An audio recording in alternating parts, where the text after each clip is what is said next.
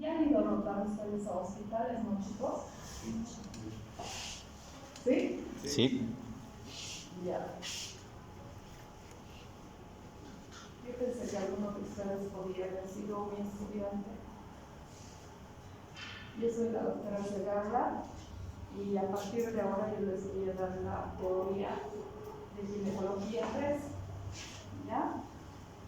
Trabajo en el Hospital del Sur, trabajo en Caja de Salud de Caminos y trabajo en la Clínica Copacabana. Cualquier duda que ustedes tengan o no entiendan, tengan toda la confianza de preguntarme, ¿ya? Generalmente yo no me hago enemistar con ningún estudiante, pero que todo sea bajo el margen del respeto. No es obligatorio que vengan a las teóricas, ¿ya? No los puedo obligar, pero quiero decirles de que todo lo que yo les diga, esto va a entrar al examen, es que eso va a entrar al examen, ¿ya? Ahora, si no viene tu compañero y tú le has pasado tus apuntes y todo y saca mejor nota que tú, ya, un problema, ¿no?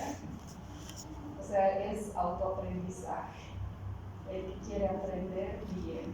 Obviamente, ustedes pueden agarrar muchas bibliografías, leer, pero siempre es distinto cuando alguien te está explicando. ¿Ya? Entonces, ¿cuál es la diferencia entre ginecología y obstetricia? Así, en poquitas palabras, ¿cuál es la diferencia?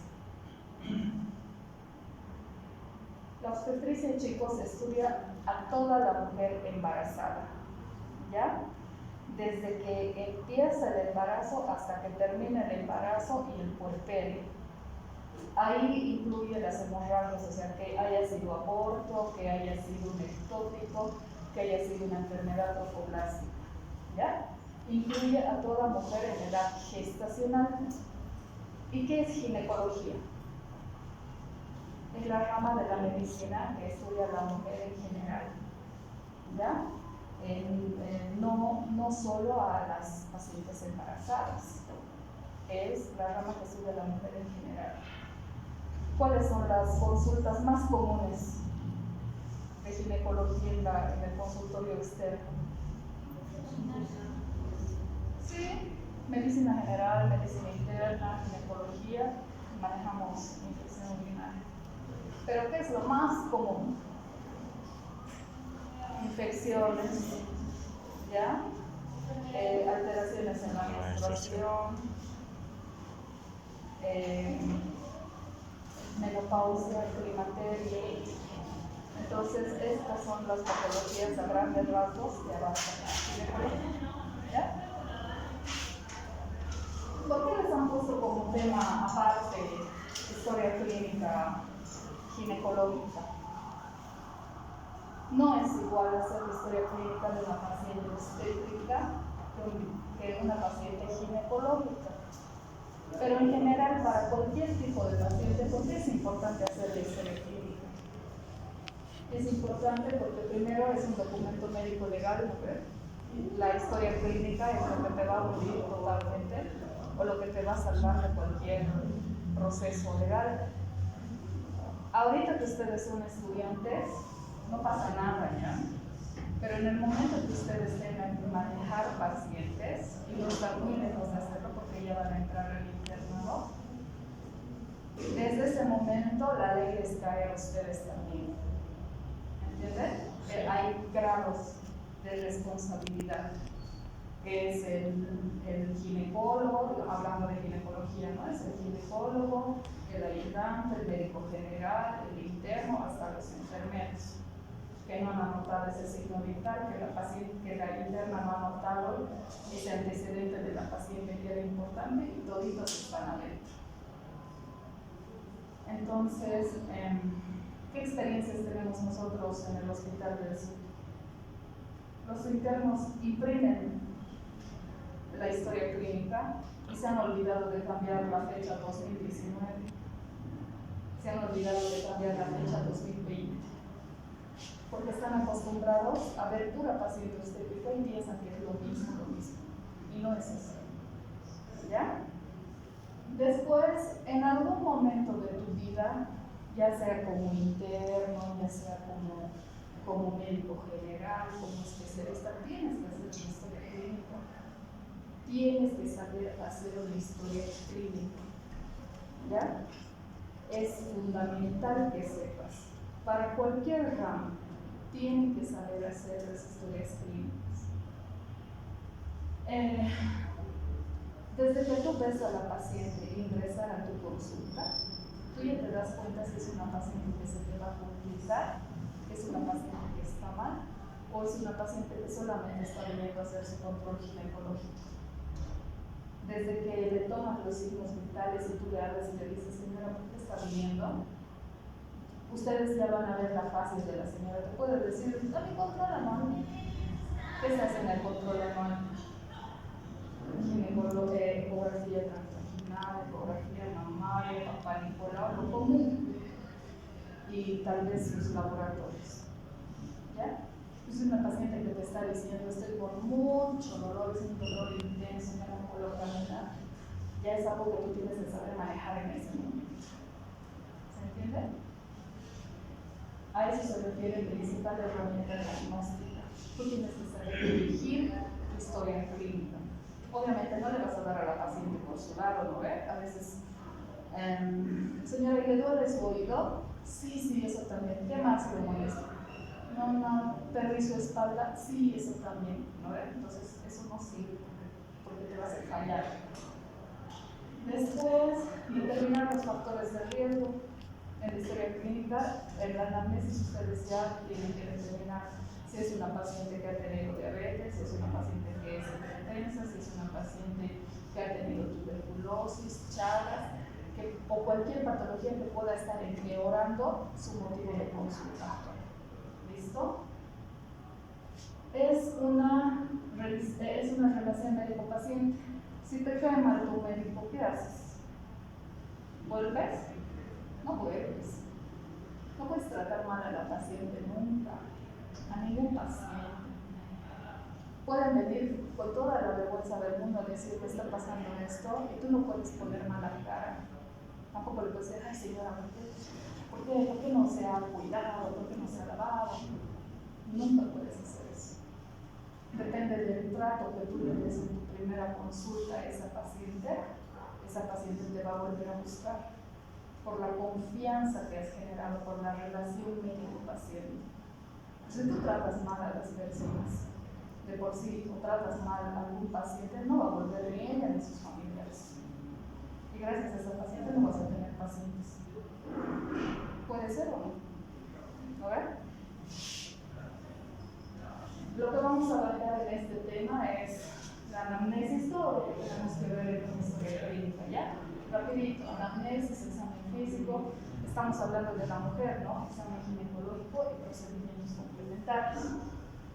Entonces, ¿cómo vamos a definir lo que es la historia clínica ginecológica?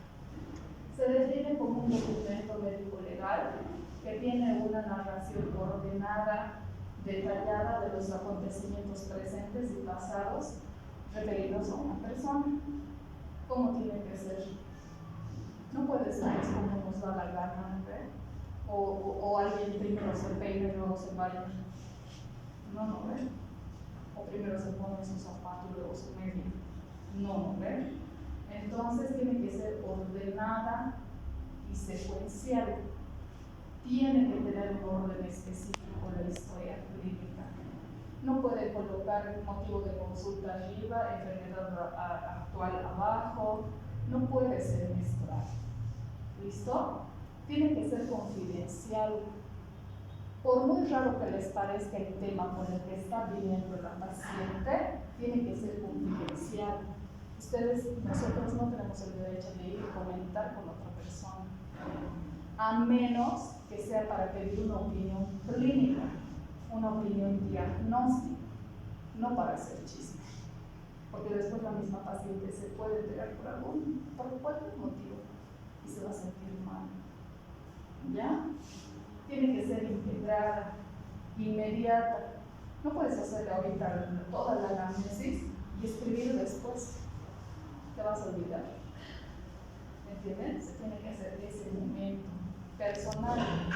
Yo no tengo que estar aquí sentada como ginecóloga y el interno o el interno del interno, que es el estudiante, estar haciendo lo que yo debo hacer. ¿Me entienden? Tiene que ser legible y veraz. Con la historia clínica que tú hagas, tu compañera tiene que entender por qué has llegado a ese diagnóstico. Con lo que tú escribas, digamos, ya no le da tiempo de ir y preguntar, de revisar toda la paciente. Pero con lo que tú hagas, tu compañera tiene que entender por qué has puesto ese diagnóstico. ¿Entienden? ¿Alguna duda sobre eso? Ese es el formato de historia clínica que tenemos en el Hospital del Sur. ¿Ya? Empiezo con los datos generales, o sea, los datos de filiación, la anamnesis, que está en la primera hoja, el examen físico que está en la segunda hoja, y abajo los diagnósticos y los procedimientos complementarios después. Entonces, ¿qué hacemos en la primera parte? Las partes de la historia clínica, los datos de filiación, siempre el nombre de la paciente, la edad, el estado civil, el motivo de consulta, ¿cómo tiene que ser?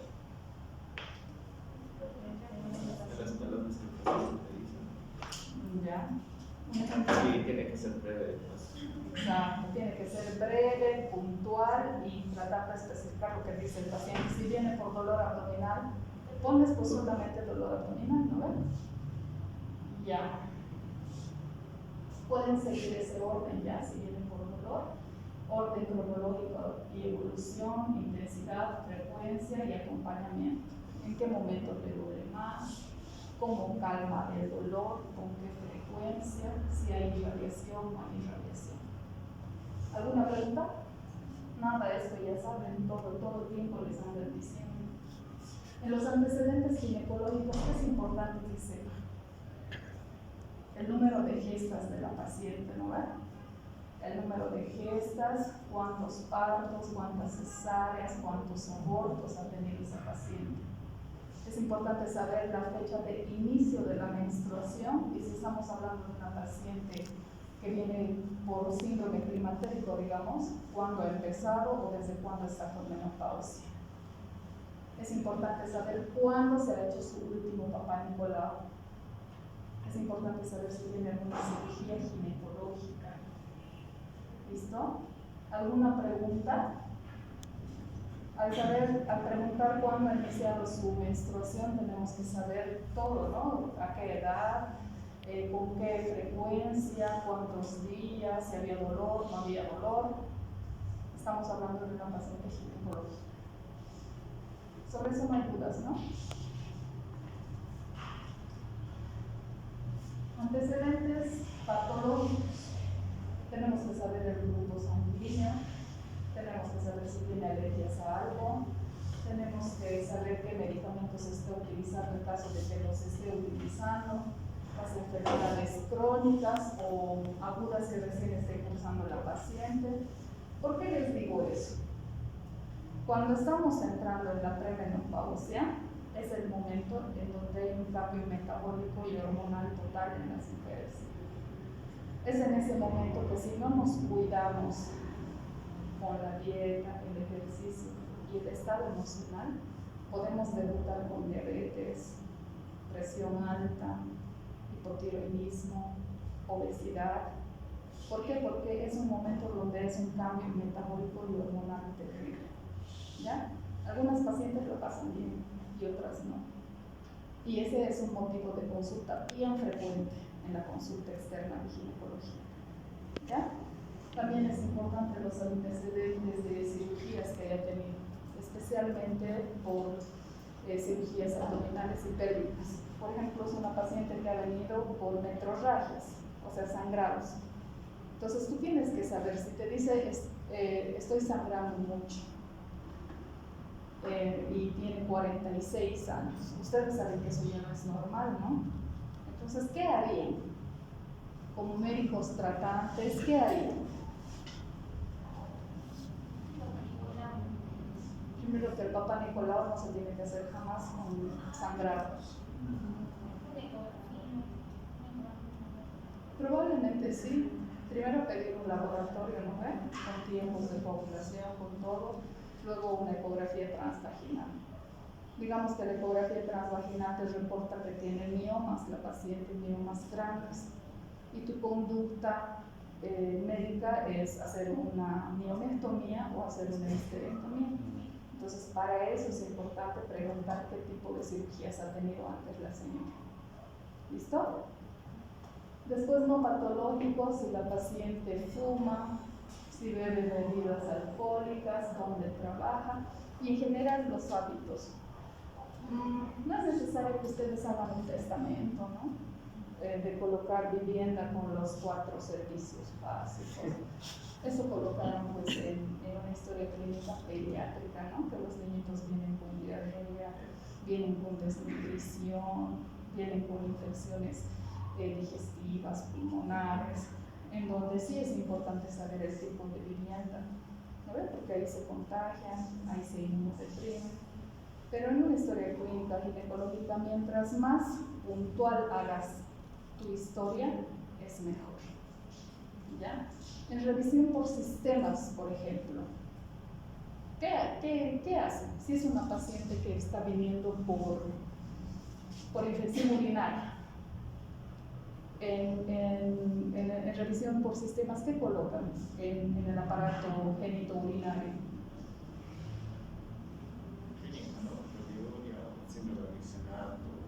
Eso tú ya has colocado en tu enfermedad actual. Entonces, genitourinario referido a la enfermedad actual. O sea, no tienen que volver a colocar lo mismo todito. ¿Entienden?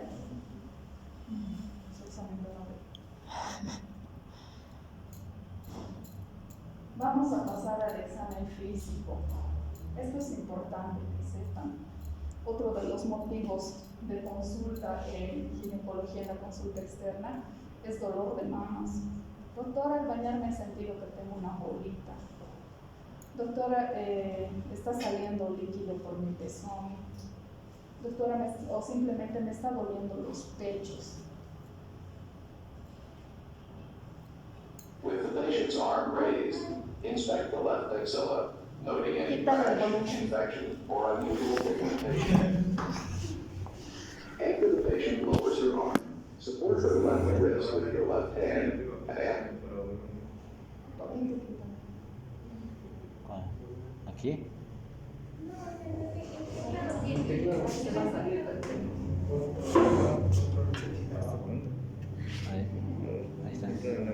Ahí está. Ya está, perdón. A ver. Reproducir. Ahí está. Claro. Ah, ya me he movido aquí.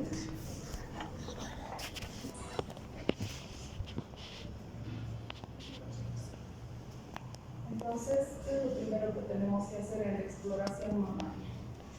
Primero es ver, ¿no? La señora que estaba ahí parada, primero se ha fijado las mamas, la simetría de las mamas. Si había cicatrices, si había retracción del pezón, la conformación o la silueta de las mamas. Después de que tú veas, tienes que describir mamas simétricas, sin retracción de pezón. Tienen que especificar, porque el primer signo de SEA de mama es pues la retracción de pezón, ¿ya? Entonces tienen que especificar. Después es la palpación. Las pacientes vienen diciendo, tengo una bolita, pero a la inspección no se nota. Entonces a la fuerza nosotros tenemos que revisar a la paciente. La paciente tiene que estar sentada en la camilla, mirándonos a nosotros de frente a ella. Y hay diferentes formas de revisar a la paciente. Primero con los brazos arriba, detrás de la nuca de las manos, y tenemos que ver la simetría de las mamas. Después tenemos que hacer la palpación de las mamas en sentido de las agujas del reloj. Y tenemos que buscar en los huecos axilares ganglios. ¿Listo? ¿Dónde empieza cualquier patología mamaria? Generalmente en la cola de Spencer, ¿ya? Es la parte del cuadrante superior externo que se irradia hacia el hueco axilar. ¿He terminado? ¿Sí, no? Tenemos que explorar zonas ganglionares y todo eso tenemos que anotar. ¿Ya? Este dibujito nos indica en qué posiciones tiene que estar la paciente para que nosotros hagamos la revisión. Ahora también tenemos que enseñarles a las pacientes a hacerse el autoexamen de mama. ¿Ya? Primero, ¿qué tienen que tomar en cuenta? El autoexamen de mama nos sirve cuando nos estamos haciendo en el momento de la ovulación y tampoco sirve que nos hagamos en el momento de la menstruación. ¿Por qué? Porque hay una hipersensibilidad mamaria secundaria a una estimulación hormonal. Entonces, si nosotras nos revisamos, sí vamos a sentir molestia, ¿ya? Y vamos a confundir. Entonces, les tenemos que aconsejar hacerse la revisión mamaria en un momento diferente a estos dos momentos que les estoy diciendo. Mirándose al espejo, viendo la simetría, colocando las manos en la cintura y haciendo una inclinación para ver la caída de los pechos. Aunque no lo crean doctores, ahí se puede identificar abultamientos. ¿Listo? Y después obviamente también sentadas con la mano arriba y las dos manos. ¿Listo? ¿Alguna pregunta? No. En la exploración abdominal tienen que explorar los 4 cuadrantes. Tienen que ver los 4 cuadrantes, pero en específico la región del hipogastrio y ambas fosas ilíacas. ¿Cómo se hace la revisión en el abdomen? Primero, ¿qué es? Segundo, tercero, cuarto, exacto, es lo mismo. No es diferente en una paciente ginecológica. Así te diga, tengo una bolita aquí, no vas a ir directo a tocarle la bolita. Tienes que hacer todo lo que acaban de decirme antes de hacer la palpación. ¿Listo?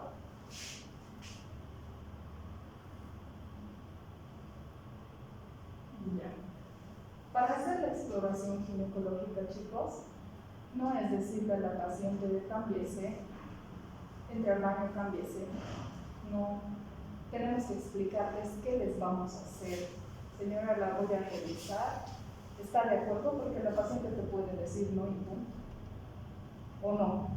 Están en su derecho.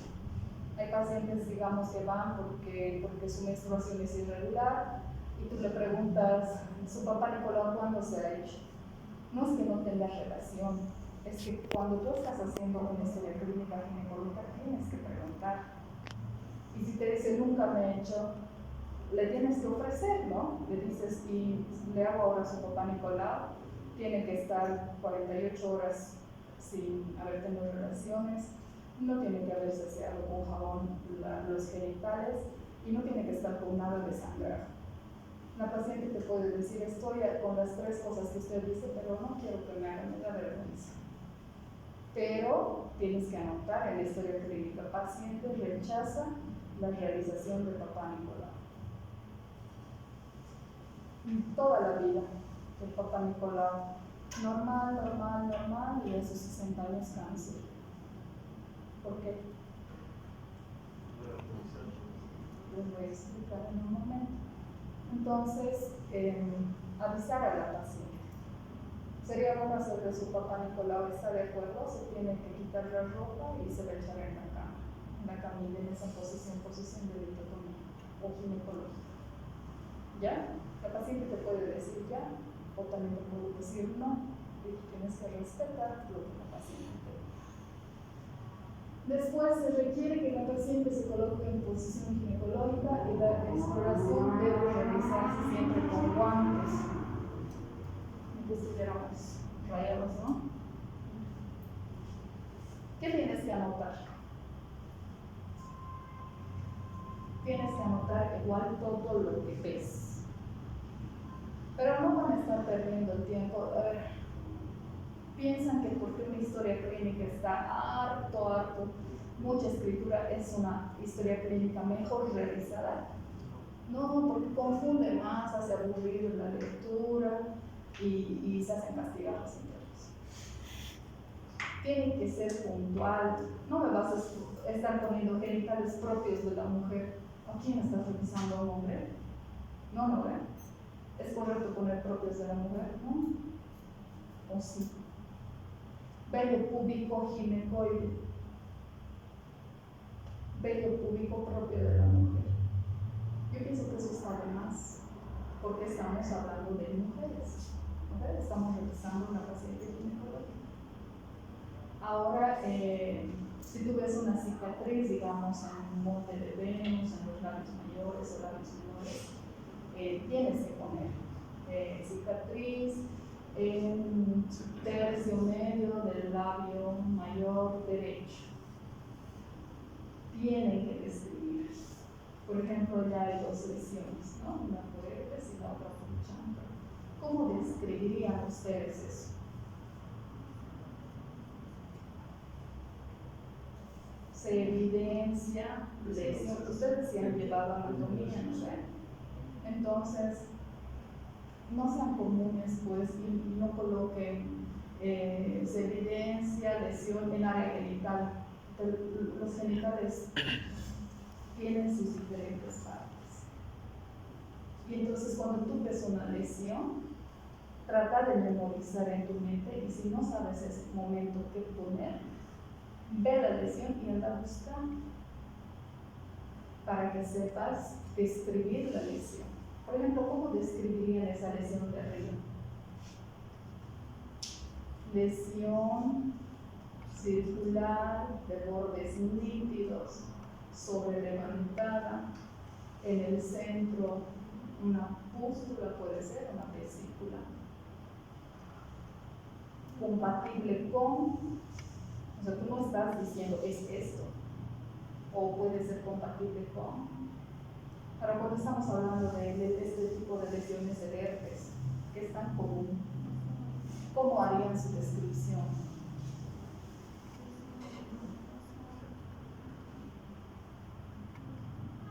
Tienen que saber, ¿ya? Solamente en la historia clínica tienen que colocar los datos positivos, lo que sea importante. ¿Listo? Después la palpación. Digamos, es una paciente que viene por dolor en los genitales. Tú hacia afuera no ves nada, pero al hacerle el tacto te das cuenta que tiene un quiste de Bartolino, un absceso de Bartolino que se está formando. Entonces, para eso es la palpación. Al hacer el tacto, chicos, la superficie de la vagina tiene pliegues, ¿no? Tiene pliegues. Entonces, eso es normal. Pero cuando ustedes hacen tacto y hay comilomas o hay otro tipo de lesiones, también se identifica rapidísimo. Eso se tiene que describir en el tacto y también se tiene que describir en el examen especular. ¿Ya? Entonces, cuando estamos haciendo la revisión de una paciente ginecológica, primero vemos la inspección, o sea, vemos. Ahora, si no tienen nada, normal, o sea, no colocan nada. ¿Ya? A la palpación es todo eso lo que tienen que ver. Primero es inspección, después palpación, después es la exploración con el espéculo. No es directo ir y hacer tacto vaginal. Eso ya han debido aprender en obstetricia, ¿no ven? No toda paciente que viene con sangrado significa que está abortando o está con una hemorragia de la segunda mitad. Primero tienen que descartar que sea una patología ginecológica para luego decir si es una patología obstétrica. Si digamos es una paciente embarazada con 12 semanas que viene con sangrado, ustedes le hacen el examen especular y su lesión es en la vagina, un desgano vaginal. ¿Es un problema obstétrico o ginecológico? Ginecológico. ¿A ver? O sea, no hay donde perderse. Entonces, primero descartan que sea algo ginecológico para luego entrar para saber qué ha pasado, qué está pasando con el embarazo. ¿No ven? Entonces es lo mismo. Primero es ver, después tocar la parte externa, después hacer el examen especular. Y en el examen especular, ¿qué tienen que ver? Pues Fíjense cómo hace la doctora la revisión. Mientras menos se toque a la paciente, es mejor. Tenemos que respetar, puede ser nuestra hermana, nuestra mamá, su pareja. ¿Listo? ¿Qué hacemos en el examen especular? Fíjense, siempre con guantes.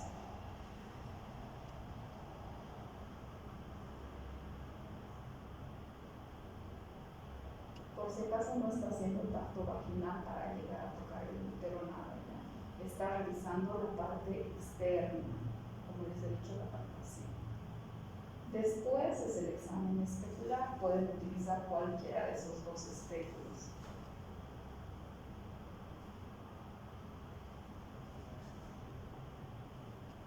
El espéculo nunca tiene que ponerse recto, ya, duele, tiene que colocar un poquito vertical, como van a ver la manipulación, y cuando ya esté adentro, miren, está vertical, ¿no?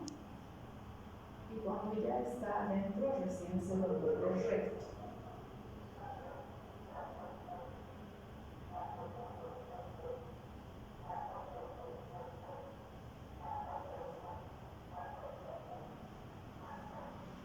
Y tenemos que describir todo lo que vemos. Tenemos que describir el color de la vagina, tenemos que describir el color del cervix, si el cervix tiene alguna lesión, si hay un flujo en el fondo del saco, todo eso tenemos que describir, o sea, todo lo que vemos.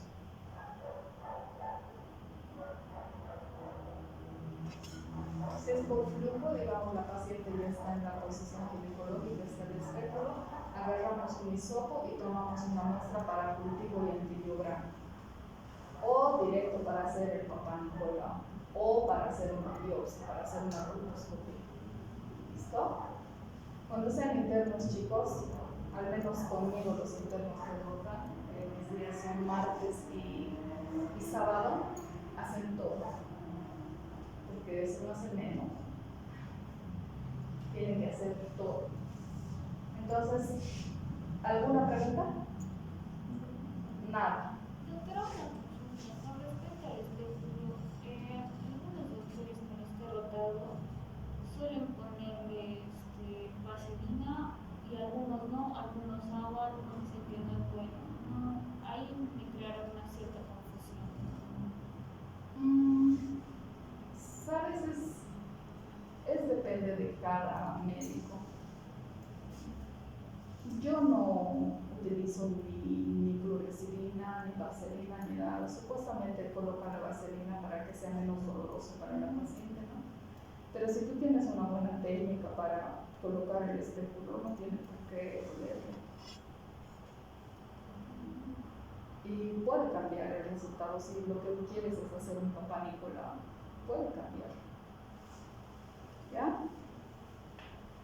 Después que ya has hecho el examen especular, retiras el espéculo y puedes hacer un tacto bimanual. ¿Ya? Tienes que hacer el tacto bimanual.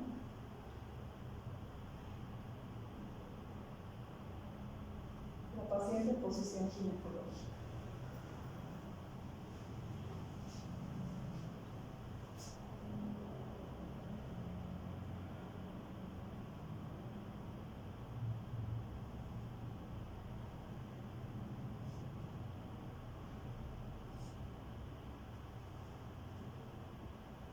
No es lo más recomendable utilizar en el tacto bimanual vaselina. Clorexidina o solución fisiológica está bien. ¿Ya?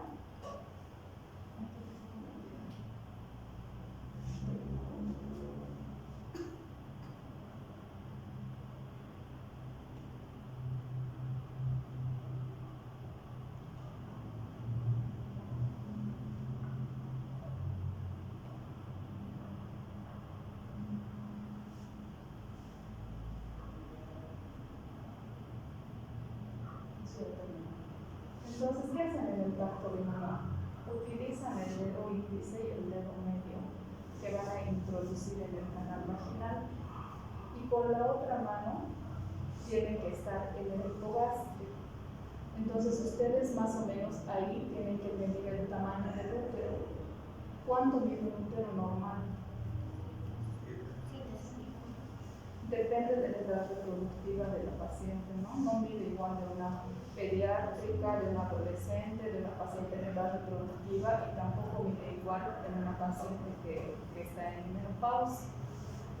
Entonces, lo normal es de 6 a 7 centímetros, ¿no ven? Entonces es lo que tú tienes que palpar. Después de tocar el tamaño del útero, porque se siente por la parte del hipogastrio, tiene que recorrer a los costados para ver las trompas, si no hay dolor a nivel de las trompas. A veces está ocupado por masas o por líquido y es un dolor terrible que el paciente no se deja realizar. Después te vas al otro lado, tienes que tocar. ¿Cómo sería tu descripción? Puedes colocar útero en ADF de más o menos 6-7 centímetros, anexos libres, no dolorosos, o también pueden colocar anexos dolorosos, poca valoración por algidez de paciente, porque las pacientes no se ven. Y después de hacer el tacto bimanual del útero y de los dos anexos, tienes que hacer la movilización del cervix. Tienes que tocar el cervix. ¿Ya? Si no le duele, bien. Si le duele mucho, significa que puede ser que tenga una infección. ¿Qué infección puede provocar dolor de cervix? La clamidia, la clamidia, la gonorrea puede provocar dolor. Entonces, le tomarás constitución de gramas cultivo de secreción vaginal. Después de hacer eso, no a todas las pacientes, no le vas a hacer tacto vagino-rectal a una paciente de 22 años que está viviendo por anticoncepción, ¿no ve? Eso depende de la paciente. Si es una paciente que ya ha pasado la menopausia, que está con dolor pélvico, sangrados, constipada, o sea, todo tiene su indicación. Entonces recién se puede hacer como parte complementaria el tacto vagino-rectal.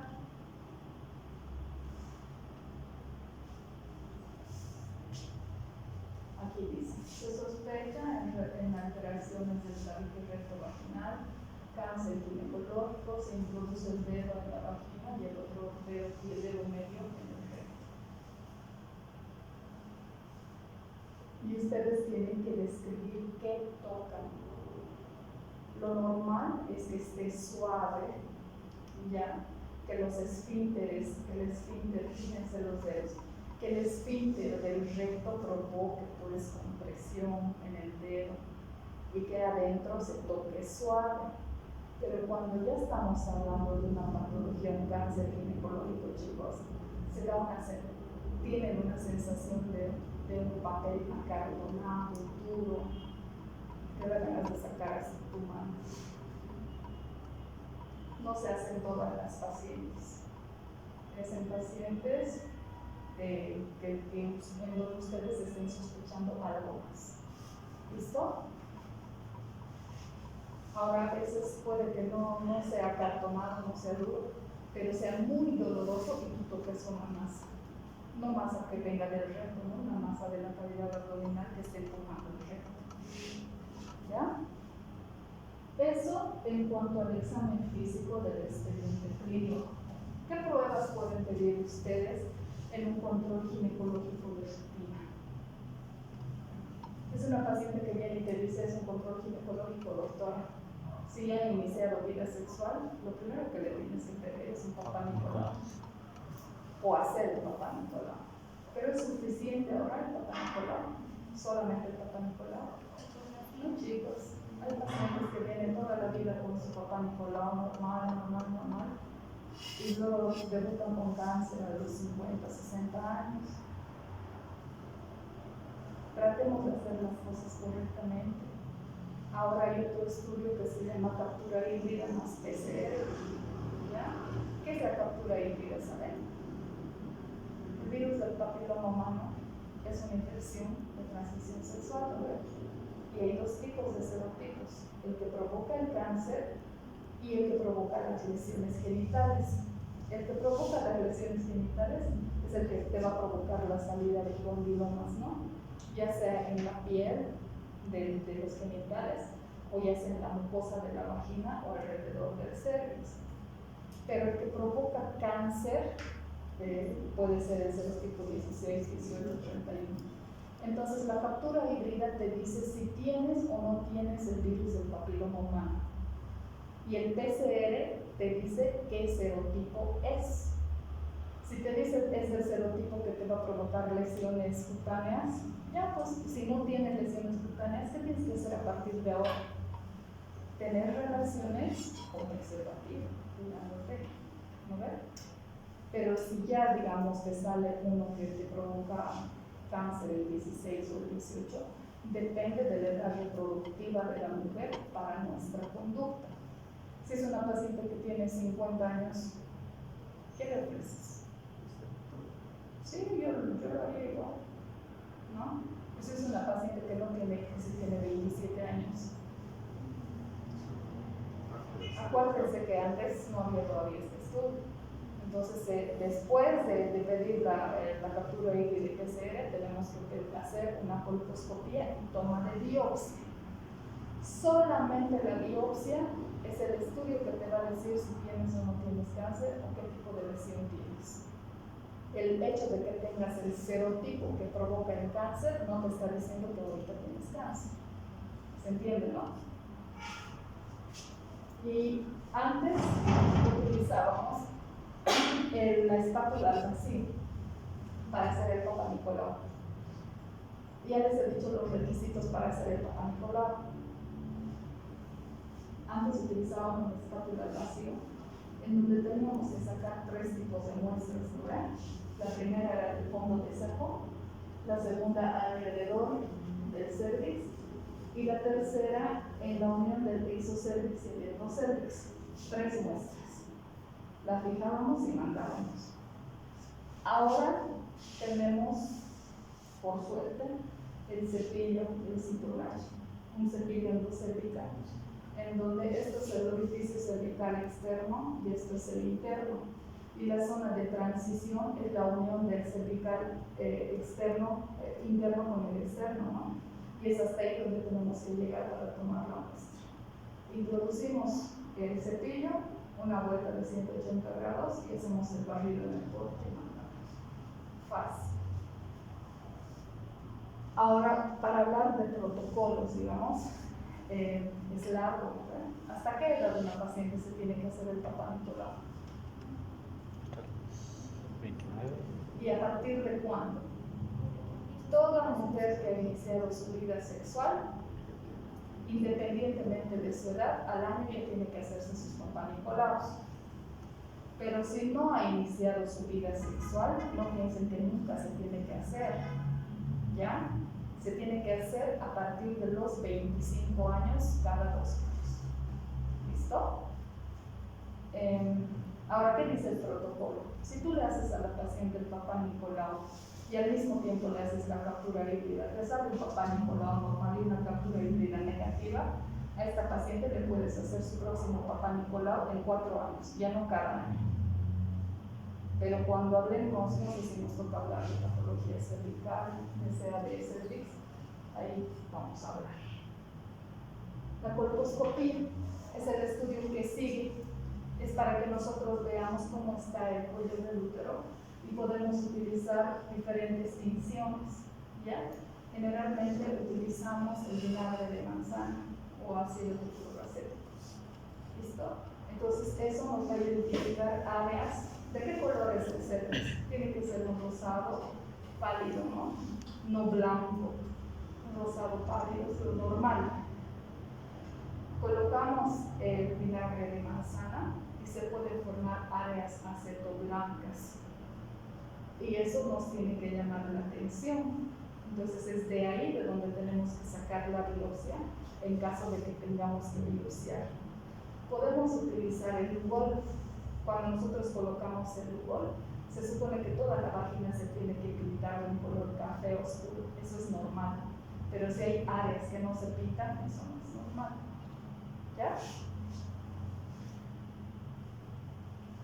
la biopsia. Lo único que te puede dar el diagnóstico de qué tiene esa paciente es tomarle una muestra y mandar a patología para que te digan qué es. Antes de eso son diagnósticos presuntivos. ¿Ya? La histeroscopía, un estudio que no se hacía antes, pero que ahora ya se está empezando a hacer incluso en consultorios para tratar patologías, por ejemplo, problemas de infertilidad. Se puede realizar una anticoncepción quirúrgica mediante la histeroscopía, nos permite hacer cirugías invasivas como la exéresis de miomas de 2-3 centímetros por vía vaginal, ¿ya? En caso de que los miomas sean mucosos, los intramurales. ¿Listo? Y la histerosalpingografía. No, ustedes no van a ser ginecólogos directos, ¿no?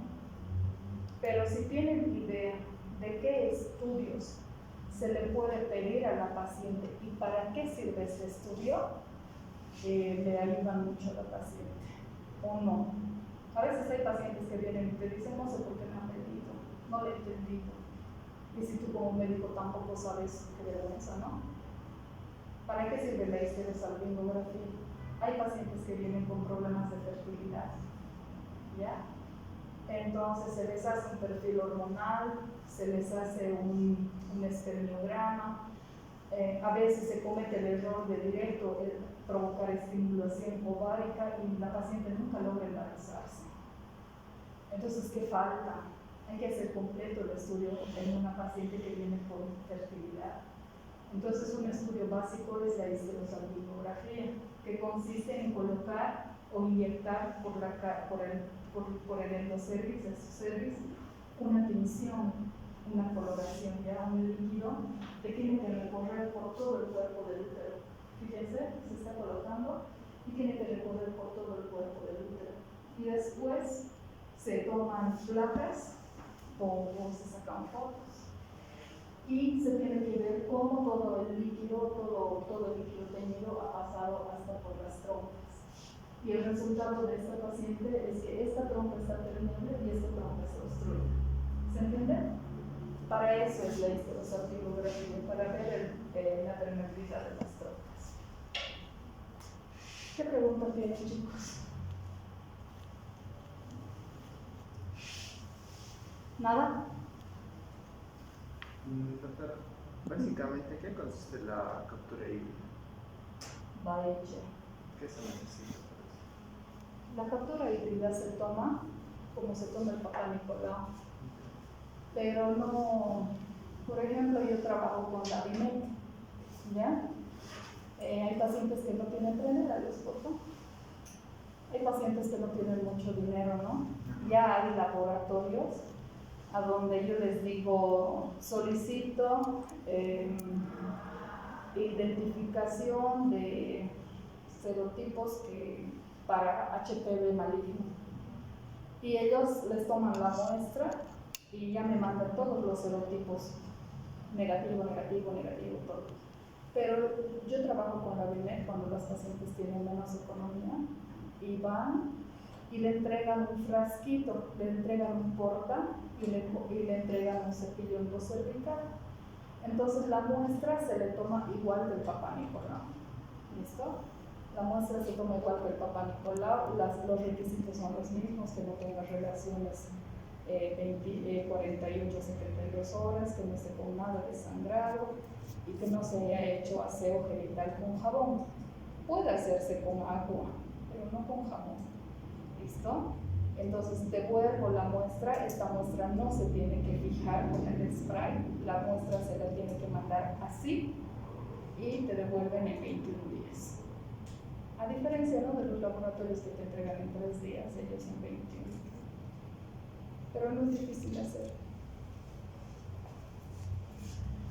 Háganlo, chicos. La próxima semana vamos a hablar de ginecología pediátrica y adolescencia, ¿ya?